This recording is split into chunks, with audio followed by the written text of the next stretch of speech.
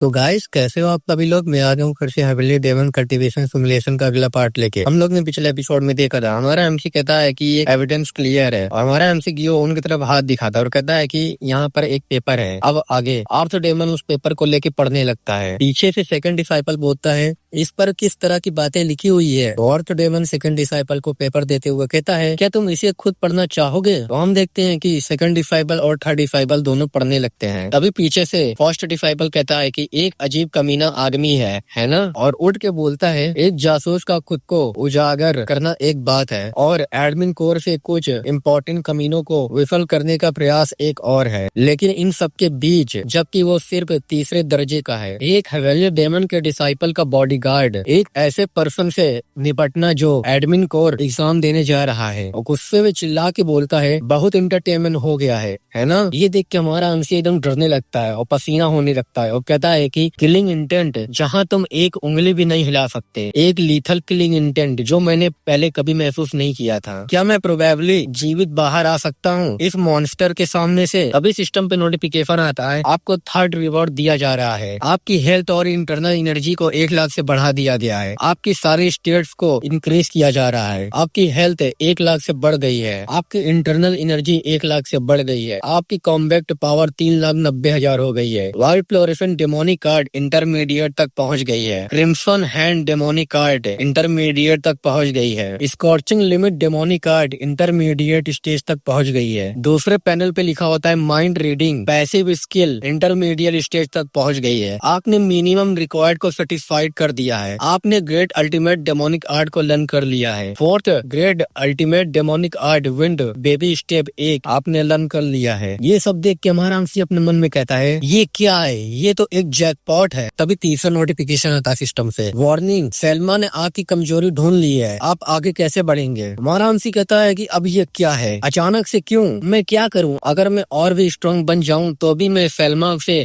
तुलना नहीं कर सकता। सिस्टम पे 3 ऑप्शन दिया जाता है, उसका सामना करें या अपने आप को डिफेंड करें या यहाँ से भाग जाए। तो हमारा अंशी कहता है मैं इस तरह से नहीं कर सकता, इसके अलावा और कोई रास्ता नहीं है, प्लीज अब मुझे मरना नहीं है। अभी हमारा अंशी भागने का ऑप्शन को चुन लेता है और टाइम फिर से वहीं से स्टार्ट होता है और हमारे अंशी पे फर्स्ट डिसाइपल ने अटैक कर दिया होता है, लेकिन हमारा अंशी उसके अटैक को बड़ी मुश्किल से डॉज करके पीछे आ जाता है और अपने मन में कह रहा होता है क्या मैंने उसे डॉज कर लिया, नहीं ये सटीक नहीं था लेकिन मुझे चोट लगी है। मेरे इम्प्रूव एबिलिटीज और ग्रेड किंग वॉर यूनिफॉर्म ने शॉट की एनर्जी की दिशा को बदल दिया। फर्स्ट डिसाइपल हमारे अंशी से कहता है मैं मानता हूँ कि तुम्हारी ताकत कम से कम एक उंगली मोड़ने के लायक है, और हमारा अंशी की तरफ बढ़ने लगता है। हमारा अंशी डर रहा होता है और अपने मन में कह रहा होता है कि मेरे हाथ और पैर भी नहीं हिल पा रहे हैं, ये फाइटिंग स्पीड बहुत भयानक है। जब तुम एब्सोल्यूट लिमिट तक पहुँच जाते हो केवल अपनी नजर से तुम पूरे बॉडी को बांध सकते हो, क्या यही मेरा अंत है। तभी सेकंड डिसाइपल फर्स्ट डिसाइपल को रोकता है और कहता है कि बस अब बहुत हो गया है। ये बात सुन के फर्स्ट डिसाइपल थोड़ा सोचता है, फिर अपने स्वord को म्यान में रख लेता है और उधर से जाने लगता है। ये देख के हमारा अंशी भी चौंक जाता है। तभी दूसरी तरफ देखता है तो गियो उन वहाँ मरा पड़ा हुआ होता है और हमारा अंशी ये देख के अपने मन में कहता है जिस दिशा में सेल्मा ने स्वord की एनर्जी चलाई वो सिर्फ मैं नहीं था लेकिन जियो ओन भी। मुझे बताओ हम दोनों को शुरू से ही मार डालने का इरादे से इसे घुमाया, कैसा मॉन्स्टर जैसा कमीना है ये। अभी सेकंड डिसाइपल आर्थर डेमन से कहता है तुम्हारे पास एक बहुत ही मजेदार गार्ड है भाई, और वहाँ से वो जाने लगता है। तो थर्ड डिसाइपल कहती है कि मेरा भी इंतजार करो, और हमारे अंशी की तरफ एक नजर डालती है लेकिन फिर अपना मुंह फेर के वहाँ से जाने लगती है। हमारा अंशी ये देख के अपने मन में कह रहा होता है सेल्मा एक ऐसा मॉन्स्टर है जो इसमें शामिल है, इसलिए ये समझ में आता है, लेकिन सीक्रेट ऑर्डर पर क्या लिखा है, अदर डिसाइपल को भी इस प्रकार की प्रक्रिया दिखानी चाहिए। तुम्हारे अंशी से आर्थर डेमन कहता है कि चलो मुझे फॉलो करो। तुम्हारा अंशी भी कहता है कि ठीक है सर, और हमारा अंशी जाते हुए अपने मन में कह रहा होता है कि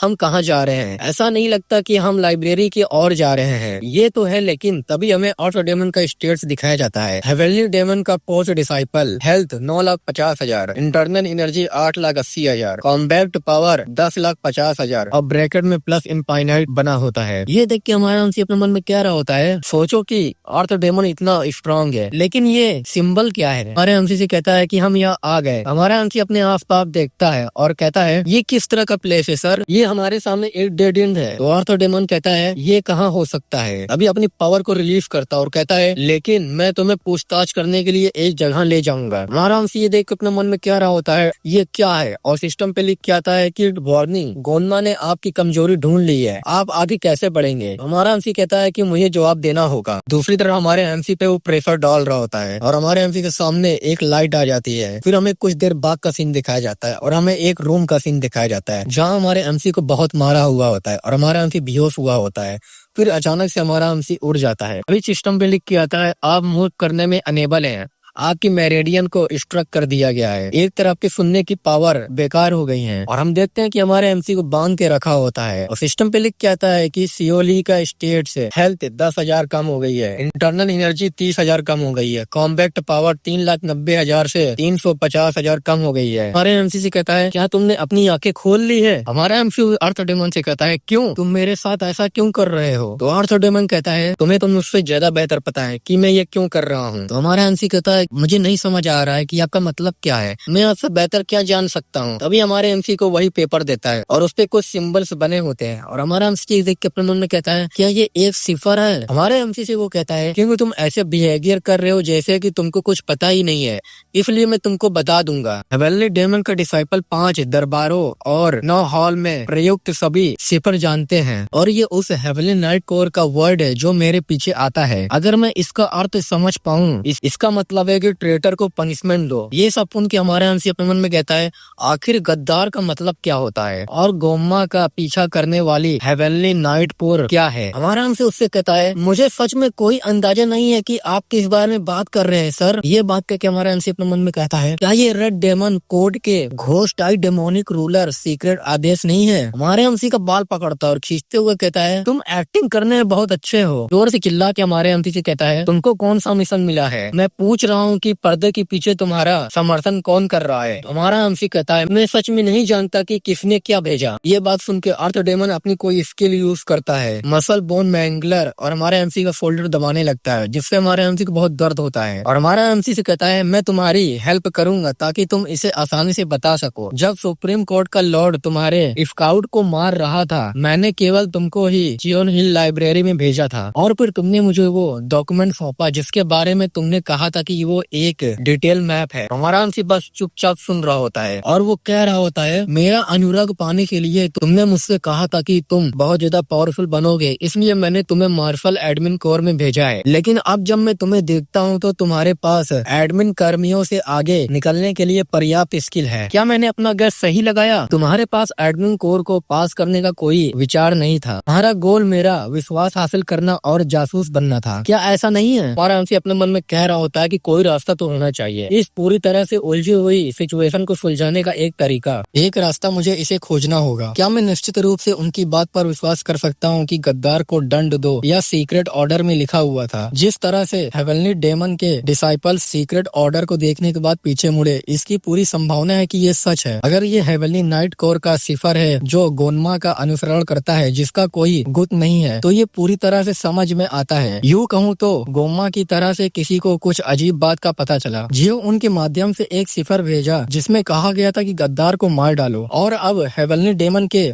डिसाइपल ने उस सीक्रेट ऑर्डर को देख लिया है। सरल शब्दों में कहूँ तो मैं किसी का जासूस हूँ। उनके सेंसेस से जब से मैंने उस जियो उनको नीचे उतारा है उन्होंने मुझे गोम्मा से संपर्क करने वाले जासूस के रूप में देखा और पैलेस छोड़ दिया और निपटान का काम गोम्मा को सौंप दिया। और हमारा एमसी अर्थ डेमन से कहता है क्या मुझे बस ये साबित करना है कि सुप्रीम कोर्ट का आदमी मैं नहीं हूँ? तो अर्थ डेमन कहता है कि इसका क्या मतलब है? तो हमारा एमसी उससे कहता है मेरा मतलब है कि मुझे बस ये साबित करना है कि मैं उनके पक्ष में नहीं हूँ, है ना? तो अर्थ डेमन कहता है क्या तुम्हारा मतलब है कि तुम इसे साबित कर सकते हो? तो हमारा एमसी कहता है कि हाँ ये सही है और अपने मन में कहता है कि हमेशा की तरह चॉइस स्क्रीन को सिलेक्ट का रास्ता खोल दिया है। इससे ऐसी सिचुएशन पैदा हो गई है कि मुझे जासूस बनना पड़ा और गोम्मा से भिड़ना पड़ा। सीक्रेट ऑर्डर फर्स्ट डिसाइपल के संदेह को दूर करने के लिए एक रिवॉर्ड था। तो हमारे एमसी से अर्थ डेमन कहता है तो वो क्या है और चलो मुझे बताओ। हमारा एमसी अपने मन में कहता है शुक्र है चाहे ये किस्मत हो या सौभाग्य से मेरे पास सबूत का एक और टुकड़ा है। कई लाइफ दोहराने से ये चमत्कारी रूप से वर्तमान सिचुएशन में मेल खाता है। फिर हमारा एमसी टूल बॉक्स को आवाज देता है तभी टूल बॉक्स से एक बुक निकलती है और हमारा एमसी अपने मन में कह रहा होता है मैं सच में नहीं जानता कि ये एक अजीब भाग्य है या अभिशाप, लेकिन ये सोची स्क्रीन पे अपने लाइफ यापन के लिए खुद ही मार्क की व्यवस्था कर रहे हैं। और हमारा एमसी अर्थ डेमन से कहता है मेरी शर्ट की जेब चेक करे। वो अर्थ डेमन एक बुक निकालता है हमारे एमसी के जेब से और कहता है ये तुम्हारे लिए कैसा है। हमारा एमसी कहता है जियो उनके पास था ये बुक। जरा सोचिए सर, अगर मैं जासूस होता तो ये मुझे कैसे मिलता। सर ये क्लासिफाइड बुक आपसे कब खो गई थी। और हमारा एमसी अपने मन में कहता है गोम्मा आंसर नहीं दे पाएंगे। इतनी इंपॉर्टेंट चीज खोने से जो शर्म आती है उसका अभिमान उसे इसकी इजाजत नहीं देगा। तो हमारे एमसी से अर्थ डेमन कहता है सर्टेनली जब मैंने इसे खोया और तुम्हारे सामने आने का समय मेल नहीं खाता। हमारा एमसी अपने मन में कहता है कि जैसे कि मैंने उम्मीद की थी दुनिया अलग हो रही है। जिस मूवमेंट मैंने अपने टूल बॉक्स में ऐसी चीजें डाली जो अस्तित्व में होनी चाहिए थी, कैजुअलिटी में थोड़ा थोड़ा बदलाव आ रहा है। हालांकि हेवनली नाइट हाउस का सेक्रेटरी ऐसा पर्सन नहीं है जो मुझे धोखा देगा। तो हमारा एमसी कहता है कि अगर हेवनली नाइट हाउस के मेंबर के सचिव ने इसका आदेश नहीं दिया ये एक बात रिवील होगी। अगर हम चलना शुरू करें इन्हीं के पास शांत बैठने का कोई रीजन नहीं होगा। तो ऑर्थो डेमन कहता है कि तुम्हारा मतलब क्या है। तो हमारा एमसी कहता है कि जो लोग ऑर्केस्ट्रेट स्कीम में है वो हमेशा सबसे बुरे परिणाम के लिए तैयार रहते हैं। जिन मामलों में जियो उनकी डेथ हो गई या उन्हें पकड़ लिया गया, इन दो मामलों में आपको पॉसिबिलिटी को ध्यान रखना होगा जो उन्होंने उनके लिए तैयार किया है। तो ऑर्थो डेमन कहता है क्या तुम मुझे बता रहे हो कि ये सिचुएशन भी उन्हीं के द्वारा तय की गई थी। तो हमारा एमसी कहता है कि मैं कह रहा हूँ कि आपको उस संभावना के बारे में भी सोचने की जरूरत है। तो ऑर्थो डेमन कहता है तुम मुझे हमेशा ही उलझन में रखते हो। तो हमारा एमसी चिल्ला के कहता है कि अगर मेरे इरादे सच में गंदे थे क्या मैंने अटर डिसाइपल को 4 ग्रेड अल्टीमेट डेमोनिक आर्ट नहीं दिखाई होगी। तो ऑर्थो डेमन भी पीछे मुड़ जाता है और कुछ नहीं बोलता। और हमारा एमसी अपने मन में कह रहा होता है जब वो मेन कल्ट के भीतर पहले से ही अत्यंत डिफिकल्ट सिचुएशन में है, अगर मैं क्लासिफाइड बुक लेकर आया होता उसकी सिचुएशन अजीब हो गई होती और उसका अस्तित्व ही हिल गया होता। ऐसा इसलिए हुआ क्योंकि कल्ट के लीडर की क्लासिफाइड बुक जो गोनमा को दी गई थी एक छोटे से महत्वहीन पर्सन के पास थी। हमारे एमसी से वो कहता है कि इस बार तुम्हारा रिस्पॉन्स मुझे थोड़ा पसंद आया। और बैठ के हमारे एमसी से कहता है लेकिन एक और बात है जिसके बारे में मैं बहुत ज्यादा क्यूरियस हूँ। जब तुम युओन पैलेस में आए तो तुमने ये अपशब्द क्यों कहे। तो हमारा एमसी कहता है कि वो मैं तो हमारा एमसी फिर उस पर डायरेक्ट बोलता है कि मैं जानता हूँ कि ये नियम के बाहर था लेकिन मैं केवल सर गोम्मा के इनर थॉट को रिप्रेजेंट करना चाहता था। तो ऑर्थो डेमन कहता है कि मेरे इनर थॉट्स। तो वो बोलता है कि एक सांप है, दूसरा एक धोखेबाज है और लास्ट तीसरा वो क्रेजी बास्टर्ड। तुम्हें उन दरिंदों से कितना कष्ट सहना पड़ा होगा। तो हमारा एमसी कहता है कि जब मैंने ये सोचा तो मैं अचानक क्रोध से भर गया और जब मैंने सर गोम्मा को मुस्कुराते हुए देखा तो मैं खुद को रोक नहीं सका। मुझे माफ करिएगा, मैं सीमा से बाहर चला गया था। तो ऑर्थो डेमन जोर जोर से हंसने लगता है और उड़ जाता है और कहता है कि सियोल ही। तो हमारा एमसी कहता है कि हाँ सर। तो ऑर्थो डेमन कहता है कि तुम्हारे सभी एक्सप्लेनेशन के बीच ये सबसे सेटिस्फाइंग आंसर था। हमारा एमसी अपने मन में कहता है क्या वो इससे कन्विंस हो गया। और हमारे एमसी की धीरे धीरे आंखें बंद होने लगती है और फिर हमारा एमसी अचानक से आंख खोलता है तो वो अपने आप को एक बेड पे पाता है और उठ के कहता है अपने मन में ऐसा नहीं लगता कि मैं मर गया हूँ, ये जगह कहाँ है। तभी सिस्टम पे नोटिफिकेशन आता है आपने ब्लड पूल फ्रूटलेस फ्लावर को लिया है, आपने व्हाइट डियर हेवनली बाइल को लिया है, आपका बॉडी पूरी तरह से ठीक हो गया है, आपका हेल्थ और इंटरनल एनर्जी 10,000 से बढ़ गया है। तो हमारा एमसी अपने मन में कहता है मैंने कुछ मिरेकल पिल्स ली, क्या गोम्मा ने मेरे लिए ऐसा किया। मैं सच में अपनी फिजिकल स्टेट के पीक पे पहुंच गया हूँ। फिर हमारा एमसी अपने आप को मिरर में देखता है और कहता है कि मेरे पास बस एक ही लाइफ बचा है। कई बार बाल बचने के बाद मैं अपने पिछले लाइफ की तुलना में अब काफी स्ट्रॉन्ग हो गया हूँ, लेकिन समस्या ये है कि आगे क्या होगा क्योंकि मैं सबसे कमजोर फोर्थ डिसाइपल के साइड में हूँ। ऐसी सिचुएशन जिनमें मैं अपना जीवन खो सकता हूँ फ्यूचर में कभी कभी सामने आएंगी। मुझे और ज्यादा लाइफ चाहिए। इस बार खतरों से स्ट्रॉन्ग से निपटकर मैं 4 ग्रेड अल्टीमेट डेमोनिक आर्ट का यूज करने में एबल हो गया। अगर मैं इस पावर का यूज करूंगा तो और भी ज्यादा पावरफुल बन जाऊंगा। फिर वो सिस्टम पे देखता है तो सिस्टम पे लिखा होता है मार्शल आर्ट लिस्ट। तो हमारा एमसी कहता है अब जब मैं इसके बारे में सोचता हूँ तो मुझे लगता है कि ये बात तब सामने आई जब मैंने इनसाइट को पाया। तभी सिस्टम पे लिखा होता है आप केवल इंटरमीडिएट से ऊपर की प्रोफिशिएंसी लेवल वाली मार्शल आर्ट को चूज कर सकते हैं। तो हमारा एमसी कहता है इसमें कहा गया है कि इससे मार्शल आर्ट में सुधार होगा। मुझे यकीन नहीं है कि ये मुझे कौन सी अद्भुत मार्शल आर्ट देगा। क्या मुझे व्हाइट फ्लोरेसेंट डेमोनिक आर्ट के साथ यूज करना चाहिए। तभी सिस्टम पे लिख के आता है मार्शल आर्ट को एडवांस किया गया है, white fluorescent demonic art, white hand demonic art. तो हमारा एमसी कहता है क्या व्हाइट हैंड डेमोनिक आर्ट, एक मार्शल आर्ट जिसे सीखने पर आपके दोनों हाथ ब्लू इस साइन से भर जाएगी, एक मार्शल आर्ट जो मेन कल्ट को रिप्रेजेंट करती है। ये स्वॉर्ड या ब्लेड से कहीं ज्यादा पावरफुल है,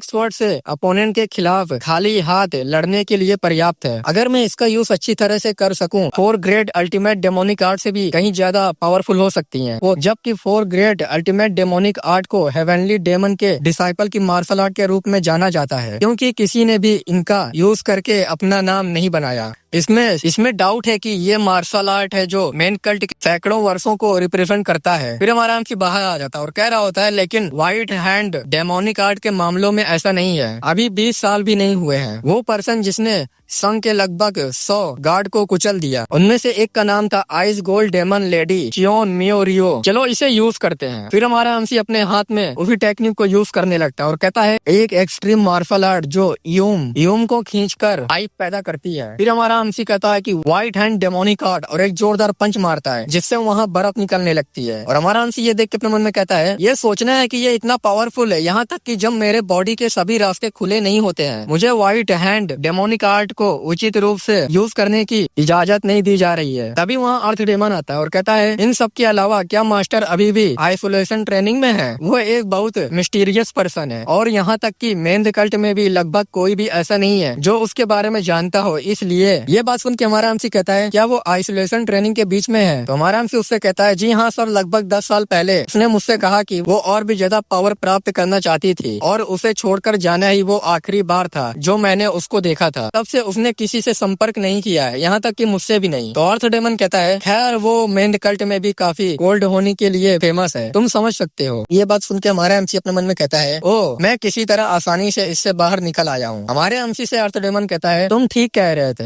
हेवनली नाइट हाउस के सेक्रेटरी ने इसमें कोई इंटरफेयर नहीं किया है, इसलिए ऐसा प्रतीत होता है कि ये सब उस पर्सन का काम था जो सीक्रेट रूप से काम कर रहा था। तो आज समय सोच रहा था तुमको हिडन स्पिरिट ग्रुप में एडमिट कर दूं। तो हमारा एमसी कहता है, आपने कहा हिडन स्पिरिट ग्रुप? तो हमें बताया जाता है, हिडन स्पिरिट ग्रुप गोनमा के मेन स्क्वाड में से एक है। वो ट्रैकिंग और छिपाने के प्रभारी हैं और अगर सिचुएशन की जरूरत हो एनिमी को हटाना या कई मिशनों वाला पद है। हार्श ट्रेनिंग तो बस एक एडिशन चीज है, लेकिन ये एक ऐसा स्थान भी है जहाँ मुझे और भी ज्यादा स्किल से मजबूत बनने का अवसर मिला है। फिर हमारा एमसी उसके सामने वो करता है और कहता है, मैं यहाँ काम पूरी लगन से करूंगा। अब हमारे एमसी से अर्थ डेमन कहता है कि अपना बेस्ट देना। तभी सिस्टम पे लिख के आता है, आप गोम्मा के कोर वॉरियर बन गए हैं। ये बात सुन के हमारा एमसी खुश हो जाता है और सिस्टम पे लिखा होता है, आपको 3 लाइफ दी जा रही है। फिर हमारा एमसी ये देख के खुश हो जाता है और कहता है कि मेरा लाइफ 3 से बढ़ गया है। फिर से सिस्टम पे लिख के आता है, सिमुलेशन अब आपके कॉम्बैट में जोड़ दिया गया है। आपके कॉम्बैट के बीच में अपनी कॉम्बैट स्किल बदल सकते हैं। एग्जाम्पल के लिए कॉम्बैट के बीच में भी आप टर्न बेस्ड से एआई और फिर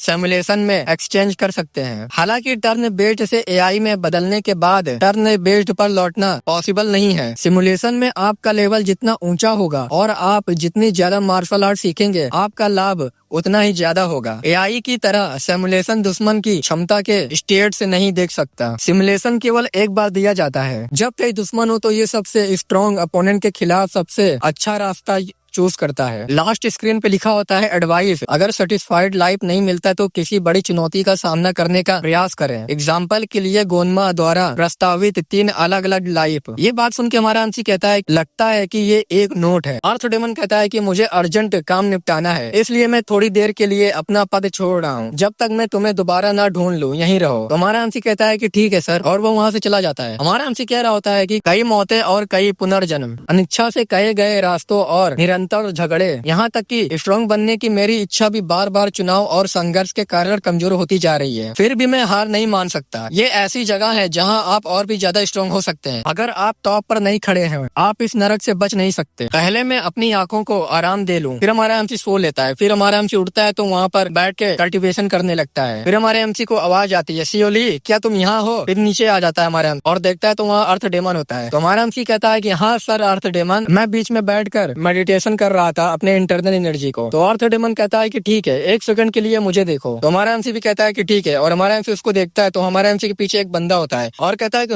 वो पर्सन। तभी सिस्टम पे उसका स्टेट्स दिखाया जाता है। उसका नाम ह्यू गो होता है और वो हिडन स्पिरिट ग्रुप का हेड होता है। उसका हेल्थ 4000 होती है, इंटरनल एनर्जी 2700 होती है, कॉम्बैक्ट पावर 9800 होती है। ये देख के हमारा एमसी पे मन में कह रहा होता है, मैं तो गैस भी नहीं लगा सकता कि ये कितना स्ट्रॉन्ग है। ये क्या है? तो अर्थ डेमन कहता है, normally hidden spirit group group में इंटर करने के लिए तुमको एक टेस्ट देनी होगी, लेकिन तुम पहले से ही ज्यादा योग्य हो, लेकिन मुझे तुमको तुम्हारी योग्यताओं के अनुरूप एक पद भी प्रदान करना है, इसलिए मैंने तुमको एक सरल एग्जाम देने का विचार किया है। तो हमारा एमसी कहता है कि टेस्ट मुझे क्या करना होगा सर? तो वो बोलता है कि मेरे पीछे वाला वो आदमी, तभी सिस्टम पे लिख के आता है आपकी रैंक आपके रिजल्ट के अनुसार दी जाएगी। पहला, हिडन स्पिरिट ग्रुप के हेड को हराओ। दूसरा, hidden spirit group dead spirit squad captain Hugo द्वारा रिस्पेक्ट प्राप्त करो। और आर्थ डेमन हमारा एमसी से कहता है जो कुछ तुम्हारे पास है अपने पूरे पावर से उसके साथ लड़ना। हमारा एमसी फाइट के लिए रेडी हो जाता है। और सॉरी गाइस, मैंने तुम लोग को ह्यूग बी के स्टेट्स कुछ गलत बता दिए थे। वो 1000 में नहीं थे, वो लाख में थे।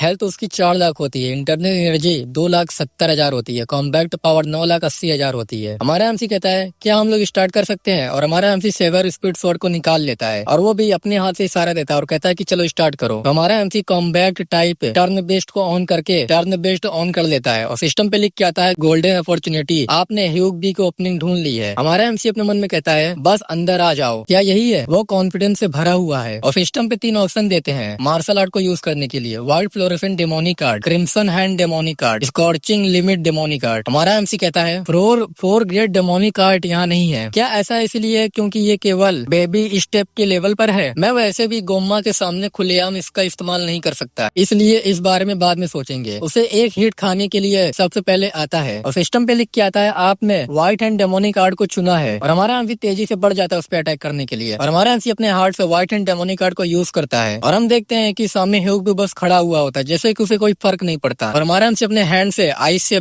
अटैक कर देता है। हमारा एमसी हंसते हुए कहता है white hand demonic card incredible है, क्या मैं जीत गया? लेकिन हम देखते हैं कि ह्यूग भी बस खड़ा हुआ होता है। ये देख के हमारा एमसी अपने मन में कहता है मेरे पास सबसे अच्छा मार्शल आर्ट्स में से एक है, क्या ये आसान था? तभी सिस्टम पे लिख के आता है गोल्डन अपॉर्चुनिटी, आपने ह्यूगो का ओपनिंग ढूंढ ली है। तो हमारा एमसी भी हंसने लगता है और कहता है अगर ऐसा है तो। तभी सिस्टम पे लिख के आता है जब तक आप अपोनेंट की रेंज में ना आ जाएं तब तक उसके करीब पहुंचे। नॉर्थ, तभी हमारा एमसी नॉर्थ का ऑप्शन चुन लेता है, सीधा टेलीपोर्ट होके उसके पीछे आ जाता है और हमारा एमसी सीधा अटैक करते हुए कहता है कि इसके बारे में क्या सोचते हो? लेकिन हम देखते हैं कि सीधा हमारे एमसी के स्वॉर्ड अपने 2 उंगली से पकड़ लेता है और कहता है क्या तुम मेरे साथ मजाक कर रहे हो? और हमारा एमसी को एक जोरदार पंच मारता है जिससे हमारा एमसी दूर फेंका जाता है और आते हुए उसके सामने कहता है उन्होंने मुझे बताया कि तुम लेडी चैन मेओ के डिसाइपल थे, तुम दिखाने लायक कुछ नहीं हो। और अर्थ डेमन को चिढ़ाते हुए कहता है सर गोनमा, क्या कोशिश करने का कोई रीजन है इस निकम्मे कमीने को छिपे हुए आत्मा समूह में हिडन स्पिरिट ग्रुप में शामिल करने के लिए? और हम देखते हैं कि अर्थ डेमन भी चुप रहा होता है और हमारा एमसी उससे कहता है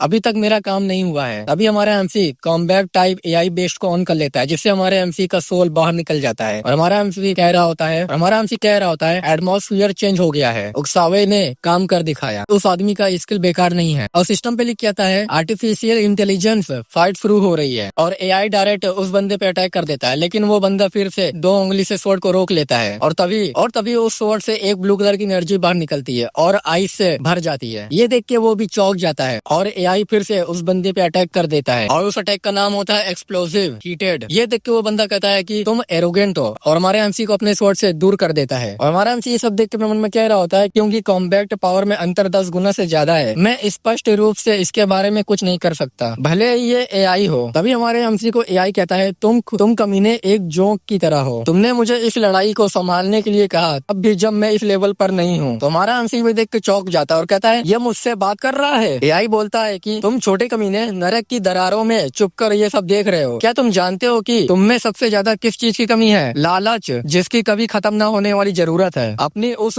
सड़ी हुई छोटी सी वसीयत को फेंक दो, तुमको दुश्मन के बॉडी को टुकड़े टुकड़े करके बेरहमी से चिढ़ना होगा, समझ रहे हो तुम? तो हमारा एमसी ये सुन के अपने मन में कह रहा होता है वो पूरी तरह से गलत नहीं है, मेजोरिटी डेमोनिक ह्यूमन जिन्हें फर्स्ट रेड कहा जाता है इस तरह की मानसिकता के साथ युद्ध में उतरो। बात बस इतनी है कि निचली रैंकी वाले मेंबर जिनमें भी मैं शामिल हूँ पर्याप्त रूप से उग्रता से कार्य नहीं कर सकते। ह्यूगबू एआई से बोलता है क्या तुमने हार मान ली है? तो एआई बोलता है उससे जैसे कि मैंने उम्मीद की थी, मैं इस तरह के बॉडी वाले इस अपोनेंट से नहीं जीत सकता। अभी हम देखते हैं कि अपने सर पे वो फिंगर मारता और कहता है हेवनली स्पिरिट पॉइंट और अपने नेक पे मारता है, एनर्जी गेट पॉइंट और अपने पेट पे मारता है, अम्बिलिकल गेट पॉइंट। ये देख के हमारा एमसी कहता है कि अरे नहीं रुक जाओ, क्या ये डेथ के रास्ते हैं? वो पागल आदमी मेरे लाइफ के पावर का व्यापार करके मेरी क्षमता को बाहर निकालने की कोशिश कर रहा है। नहीं रुक जाओ तुम वहीं पर। तभी सिस्टम पे लिख के आता है क्या आप इस लड़ाई में इंटरफियर करना चाहेंगे, एक्सेप्ट करेंगे या डिक्लाइन करेंगे? तभी हमारा एमसी एक्सेप्ट करता है तो अपनी बॉडी में आ जाता है और वहीं पर रुक जाता है और कहता है कि पागल बकवास, मैं सच में वहाँ गड़बड़ करने वाला था। तभी ह्यूगो बोलता है इस बार ये बहुत इम्प्रेसिव था। तो हमारा एमसी भी देखता है और कहता है कि मुझे माफ करना, लेकिन क्या मैं एक बार और लड़ने की कोशिश कर सकता हूँ? तो ह्यूगो बोलता है कि इसकी जरूरत नहीं है, मैंने ये पता लगा लिया है कि तुम्हारा स्किल क्या है। तुम्हारा एमसी उसके सामने झुकता है और कहता है कि सर प्लीज। तो ह्यूगो बोलता है कि बस बहुत हो गया, मैंने तुम्हें पहले ही बता दिया है, मैं पहले ही जान चुका हूँ कि तुम्हारा। तभी अर्थ डेमन कहता है कि कंटिन्यू करो, मुझे सब कुछ दिखाओ, तुम्हारे पास उपलब्ध हर संभव विधि का उपयोग करो। तो ह्यूगो बोलता है कि तब ये आखिरी बार है। तभी हमारा एमसी उसे कहता है कि आपका बहुत बहुत शुक्रिया। और हमारा एमसी अपने मन में कह रहा होता है कि मैं चाहे जितना भी लड़ूं ये मैं एआई की तरह नहीं चल पाऊंगा, और वैसे भी ह्यूगो के खिलाफ जीतना इम्पॉसिबल है। अगर ऐसा है तो चलो सिमुलेशन का यूज करते हैं। अभी हमारा एमसी सिमुलेशन का यूज करता है। सिस्टम पे लिख के आता है सिमुलेशन में थर्ड टैलेंट फॉर टेक्निक को ऐड किया गया है। सभी मार्शल आर्ट में से सबसे ज्यादा एनालाइज करना और उसे वीडियो के रूप में डिमोन्स्ट्रेट करना। तो हमारा एमसी भी देखता है और सिस्टम पे लिख के आता है मार्शल आर्ट संख्या का analyse, martial art stepping technique का एनालाइज, हैंड टेक्निक का एनालाइज। एनालाइज पूरा हो चुका है, फॉर्म 35 है, स्टेपिंग टेक्निक 14 है, हैंड टेक्निक 5 है। तो हमारा एमसी ये देख के अपने मन में कहता है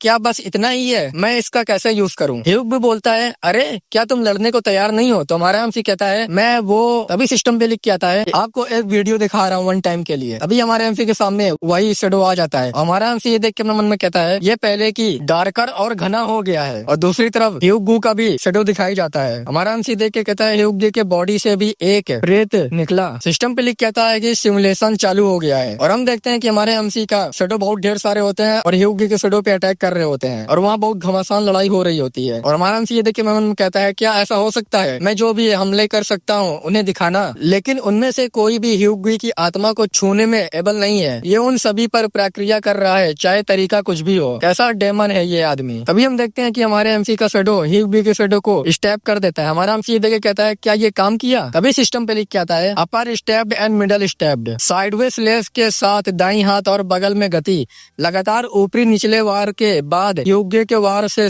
बचें, फिर निचले वार से बचें। रिजल्ट सामने आ गया है। तभी हमारे एमसी का बॉडी अपने आप मूव करने लगता है और तेजी से बढ़ जाता है अटैक करने के लिए। और हमारा एमसी उस पर अटैक करता है लेकिन वो डॉज कर लेता है। फिर से हमारा एमसी अटैक करता है लेकिन फिर से वो अपने स्वॉर्ड से रोक देता है। और हमारे एमसी से वो कहता है तुम ये नॉर्मल हमले करते रहते हो, क्या तुम मेरे साथ खिलवाड़ कर रहे हो? हमारा एमसी अपने मन में कह रहा होता है कि वो गुस्सा हो गया है और हमारा एमसी सीधा अटैक करने के लिए बढ़ जाता है अपने स्वॉर्ड से। हमारा एमसी ये देख के अपने मन में कहता है तो ये बात थी। तभी हमारा एमसी उस पे पेट पे अटैक कर देता है और कहता है white fluorescent demonic art fix form white flooring erratic shift, और अपने स्वॉर्ड से उसके कमरे में एक चोट पहुंचा देता है। तो ये देख के वो गुस्साते हुए कहता है तुम बेकार कमीने। हमारा एमसी ये देख के अपने मन में कहता है उसे नियमित वार और छुरा मार कर इस तरह आगे बढ़ाना कि वह ऊब जाए। मैंने अचानक रूप परिवर्तन करके उसे हमले का अनुमान लगाने में असमर्थ बना दिया। उसे अचंभित कर देने से एक अपॉर्चुनिटी मिला। ये सिमुलेशन चीज ये इस तरह की चीजों का भी एनालाइज करता है। और दूसरी तरफ हम देखते हैं कि ह्यूगो बहुत गुस्से में आ जाता है और अपनी ऑरा को रिलीज करने लगता है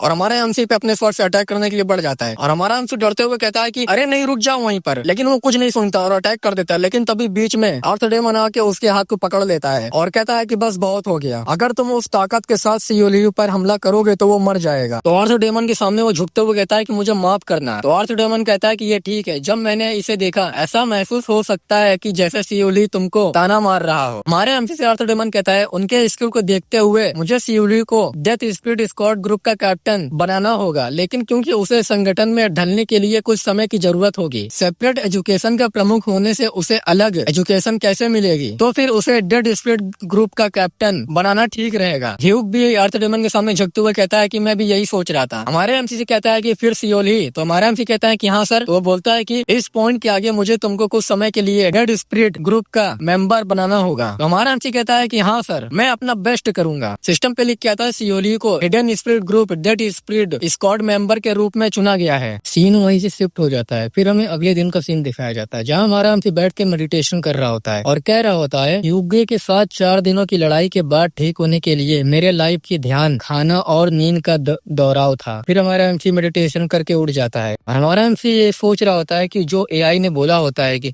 तुम कमीने नरक की दरारों में चुप कर ये सब देख रहे हो, क्या तुम जानते हो कि तुम में सबसे ज्यादा किस चीज की कमी है? लालच, जिसकी कभी खत्म न होने वाली जरूरत है। ये सब सोच के हमारे एमसी कह रहा होता है एआई ने मुझे एक एडवाइस दी, पागल साला, शुरुआत में मैं भी ऐसा ही था, लेकिन क्या अब भी यही सिचुएशन है? फिर हमारा एमसी अपने मिरर में देखता है तो 4 कॉइन्स बने होते हैं और कहता है कि नहीं, पैराडॉक्सिकली ये है कि हर बार जब मेरा लाइफ बढ़ता गया मेरी डेस्परेशन धीरे धीरे कम हो गई। मुझमें अब डर का सामना करने का साहस नहीं था। उन्होंने कहा कि 3 साल। गोनमा ने कहा कि अगर मैं hidden spirit group squad member exam पूरा कर लूं और अच्छी तरह से एडजस्ट हो जाऊं, वो मुझे hidden spirit group dead spirit squad के कैप्टन के रूप में चुनेंगे। 3 साल मैं एआई को इस बार सरपास कर दूंगा, एक ऐसे लेवल तक जिसका उसे पता भी नहीं है। फिर हमारा एमसी कपड़ा पहन लेता है। तभी सिस्टम पे लिख के आता है क्या आप इसे सेव करना चाहेंगे? और हमारा एमसी ये देख के अपने मन में कहता है ये नोटिफिकेशन विंडो अभी क्यों सामने आती है? किसी विशिष्ट मामले के समाधान के तुरंत बाद या उससे ठीक पहले जैसे ही मैं बेड के पास पहुंचा यह फिर से प्रकट हो गया। क्या फिर से कुछ घटना होने वाला है? चलो पहले रिकॉर्ड करते हैं। फिर हमारा एमसी उसको वहीं सेव कर लेता है और हमारा एमसी कहता है 3 साल तक एक्सट्रीम ग्रोथ। अपने पिछले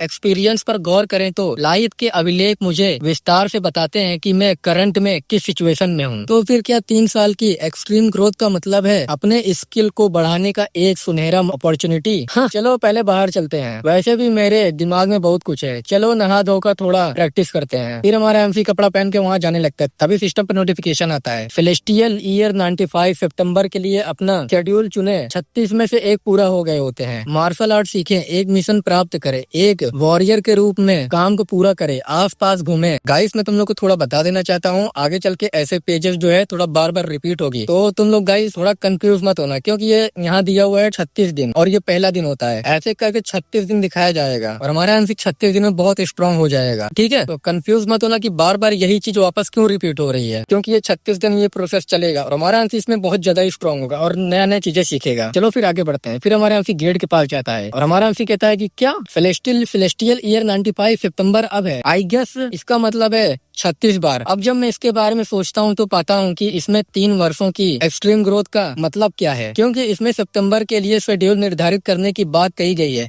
इसलिए ऐसा लगता है कि इसकी अवधि 1 महीने की होगी। अगर ऐसा है तो सबसे पहले तभी हमारा एमसी मार्शल आर्ट सीखने का ऑप्शन को चुन लेता है और सिस्टम पे लिख के आता है आप क्या सीखना चाहेंगे? ग्रुप हिडन स्पिरिट ग्रुप की रिप्रेजेंटेटिव डेमोनिक आर्ट बिगिनर पे है, या थियोरेटिकल ट्रेकिंग टेक्निक सीखना चाहेंगे, बिगिनर पे। अंडरस्टैंडिंग ऑफ मेरिडियन, वो भी बिगिनर पे है। Guidance from the education department head, यह भी बिगिनर पे है। तो ये सब देख के हमारा एमसी अपने मन में कह रहा होता है एक हिडन स्पिरिट ग्रुप के मेंबर के रूप में मुझे सबसे पहले जो बात सीखने की जरूरत है वो ये है कि सिस्टम पे लिख कहता है hidden spirit group representative demonic art आप सीखने जा रहे हैं। Hidden spirit group representative demonic art आप लर्न करने जा रहे हैं। और वहाँ पर एक बंदा आता है, तो वो बंदा पूछता है कि क्या तुम सियोली हो? तो हमारा एमसी कहता है कि हाँ सर। तो वो बंदा बोलता है मेरा नाम जियोप्पा है, मैं तुम्हारा हायर अप और करेंटली इंचार्ज हूँ डेड स्पिरिट स्क्वाड एजुकेशन का। आज से तुम हिडन स्पिरिट ग्रुप की रिप्रेजेंटेटिव डेमोनिक आर्ट सीखोगे। और कहता है कि चलो मुझे फॉलो करो तुम। फिर हमारा एमसी जाने लगता है उसके साथ। अभी हमारे एमसी को कुछ महसूस होता है। अभी सिस्टम पे लिख किया था आपने रूट कंबस्टन डेमोनिक आर्ट को लर्न कर लिया है, वो इमिटेशन पे है। इमिटेशन मतलब शुरुआती पे। हमने पहले ही दिन ये सब कैसे सीखा? और सिस्टम पे लिख के आया होता है आपकी understanding route combustion demonic art increase हो रही है। हमारा एमसी अपने मन में कह रहा होता है मैं इस पर विश्वास नहीं कर सकता कि इसे इतनी जल्दी समझना संभव है। तुम्हारा मतलब है कि तुम पहले से ही उस लेवल पर हो जहाँ तुम तलवार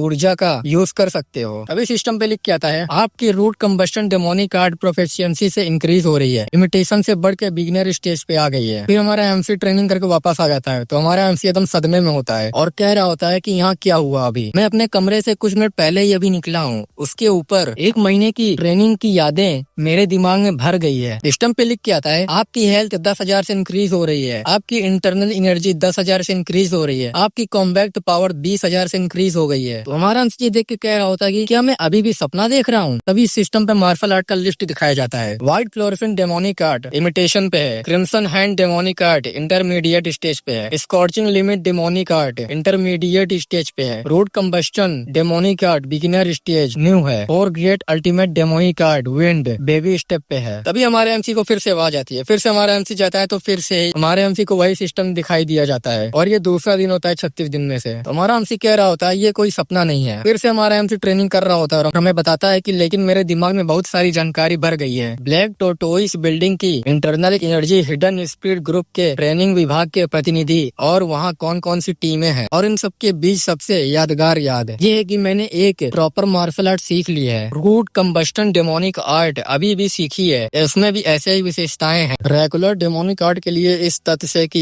ये एक पर्सन के लाइफ को जलाकर क्यूआई जमा करता है, लेकिन इसकी जड़ें समय के आरंभ से ही लाइफ में है। इसके स्वरूप के बारे में भी ऐसा ही सोचना ही सही होगा। ऑर्थोडॉक्स मार्शल आर्ट के अनुसार 5 एलिमेंट के बीच एक अवस्था है। इसका डेमोनिक आर्ट अदर आर्ट से समानता रखता है, लेकिन इसका आधार ऑर्थोडॉक्स से होना अंतर रखता है। इसलिए ये बेहतर है क्योंकि तुम इसे कैसे सीखते हो इसके आधार पर तुम डेमोनिक आर्ट से पोजेस होने से बच सकते हो। सच में ये अमेजिंग है। पास्ट में मैंने खुद को खुद सिखाया और अकेले ही ट्रेनिंग किया, लेकिन अब मैं जियोपा एक एक्सपर्ट से ट्रेनिंग ले रहा हूँ। इससे मैं जल्द ही स्ट्रॉन्ग हो सकता हूँ। तभी सिस्टम पे लिख के आता है मार्शल आर्ट सीखें। तो हमारा एमसी कहता है कि चलो शुरू करते हैं। तभी सिस्टम पे लिख के आता है आपकी हेल्थ 50,000 से बढ़ गई है, आपकी इंटरनल एनर्जी 50,000 से बढ़ गई है, आपकी कॉम्बैट पावर 90,000 से बढ़ गई है, आपने root combustion demonic art proficient learn कर लिया है। ये सब देख के हमारा एमसी खुश हो जाता है और कहता है कि ऑनेस्टली मेरी ग्रोथ बहुत तेजी से हुई है। इतना स्ट्रॉन्ग होने में सिर्फ 3 महीने लगे और 36 दिन में से 4 दिन हो जाते हैं। ये सब देख के हमारा एमसी खुश होते हुए कहता है कि ये फन है, स्ट्रॉन्ग बनना बहुत मजेदार है। मैं कितना ज्यादा पावरफुल हो सकता हूँ 1 साल में। चलो मैं जो कुछ भी सीख सकता हूँ सीखते हैं। अभी सिस्टम पे लिख के आता है मार्शल आर्ट लर्न थ्योरी और ट्रैकिंग टेक्निक बिगिनर। तो हमारा एमसी कहता है मुझे लगता है कि क्योंकि मैंने रोड कंबस्टन की सभी डेमोनिक आर्ट सीख ली है, हिडन स्पिरिट ग्रुप की प्रतिनिधि डेमोनिक आर्ट विकल्प गायब हो गया है, तो फिर चलो दूसरा कुछ चुनते हैं। फिर हमारा एमसी चुन लेता है अंडरस्टैंडिंग ऑफ मेरिडियन को, book of super natural acupressure को भी चुन लेता है। तो हमारा एमसी कहता है कि ये क्या है। अभी सिस्टम पे लिख के आता है आपने book of super natural acupressure को लर्न कर लिया है, आपने बुक ऑफ एक्यूप्रेशर हैंड को लर्न कर लिया है, आपने life taking pathway STRIDE technique को लर्न कर लिया है। तो हमारा एमसी कहता है मेरिडियन को समझने के लिए केवल 3 दिन। अगला तभी सिस्टम पे लिख के आता है theory of tracking techniques beginner. और ऐसे बहुत सारे नोटिफिकेशन आ रहे होते हैं, लिखा हुआ होता है आपने फॉलो स्कैटर स्टेपिंग टेक्निक को लर्न कर लिया है,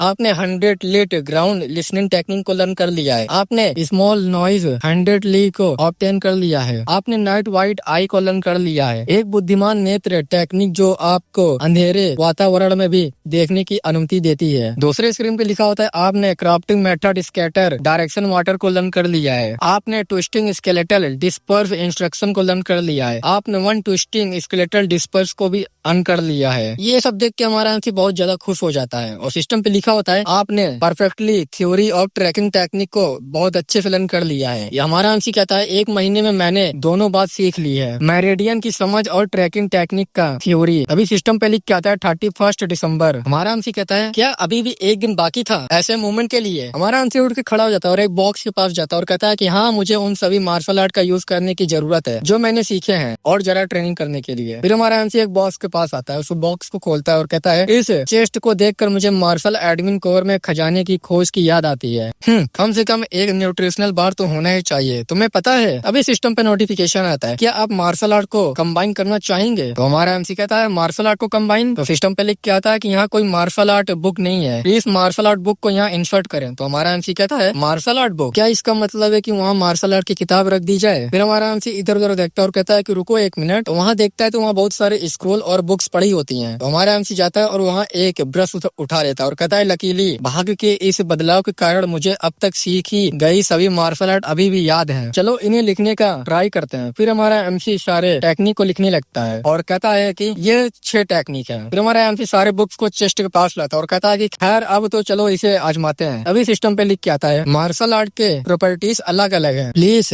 हार्मनी, ग्राफ ऑर्डर और स्ट्रेंथ रूल को रिफर करें। Harmony, graph order, would, fire, earth, gold, strength, same property. तो हमारा एमसी कहता है कि ओ तो ये ऐसा काम करता है। अगर प्रॉपर्टीज अलग अलग हैं, फिर 5 एलिमेंट को फॉलो करती हैं। व्हाइट फ्लोरेसेंट डेमोनिक कार्ड और व्हाइट हैंड डेमोनिक कार्ड, ये दोनों एक्सट्रीम इन मार्शल आर्ट है और दोनों की प्रॉपर्टी वाटर है। फिर हमारा एमसी उन दोनों कंबाइन कर देता है और सिस्टम पे लिख के आता है white excellent body demonic card complete हो गई है। तो हमारा एमसी कहता है कि ये काम कर गया और सिस्टम पे फिर से नोटिफिकेशन आता है, आपने white excellent body demonic card को एक्वायर कर लिया है। White excellent demonic card imitation पे है। तो हमारा एमसी कहता है कि व्हाइट हैंड डेमोनिक कार्ड आपके दोनों हाथों को तलवार या ब्लेड से बनाने के लिए जानी जाती है, लेकिन फिर भी है white excellent body demonic card जैसे कि नाम से ही स्पष्ट है, बॉडी आपके संपूर्ण बॉडी को तलवार या ब्लेड से बनाता है। बेशक मेरी करंट सिचुएशन में मैं इसे ठीक से महसूस नहीं कर पाऊंगा, लेकिन नकल के लेवल के बावजूद मैं बर्फ की क्रिस्टल की पावर का यूज करने में एबल हो जाऊंगा, जिसकी ताकत तलवार की एनर्जी के करीब होगी। ये करंट में मौजूद 4 ग्रेड अल्टीमेट डेमोनिक आर्ट से भी कहीं ज्यादा पावरफुल होगा। मैंने अभी ये सीखा है और अभी सिस्टम पे लिख के आता है आपकी कॉम्बैट पावर को 3,30,000 से बढ़ाई जा रही है। ये देख के हमारा एमसी कहता है मेरी कॉम्बैट पावर इंक्रीज हो गई है, चलो और बनाते हैं। फिर हमारा एमसी एक बुक और बनाता है और सिस्टम पे लिखा होता है scorching heat fist demonic card complete हो गई है। तो हमारा एमसी कहता है क्रिम्सन हैंड डेमोनिक कार्ड और स्कॉर्चिंग डेमोनिक कार्ड का कॉम्बिनेशन अनयूजुअली जब वे संयुक्त हुए तो ये मुट्ठी टेक्निक में बदल गया और जब वो पहले की तुलना में कम इंटरनल एनर्जी का यूज करके आग की ज्यादा प्रबल पावर का एहसास करने में एबल है। अदर मार्शल आर्ट का मेल नहीं हुआ, मैं इससे पूरी तरह से सेटिस्फाइड हूँ। तभी ये सुबह हो जाती है और हमारा एमसी कहता है कि लाइफ और डेथ के चौराहे पर जो 8 खिड़कियां दिखाई दी वे थी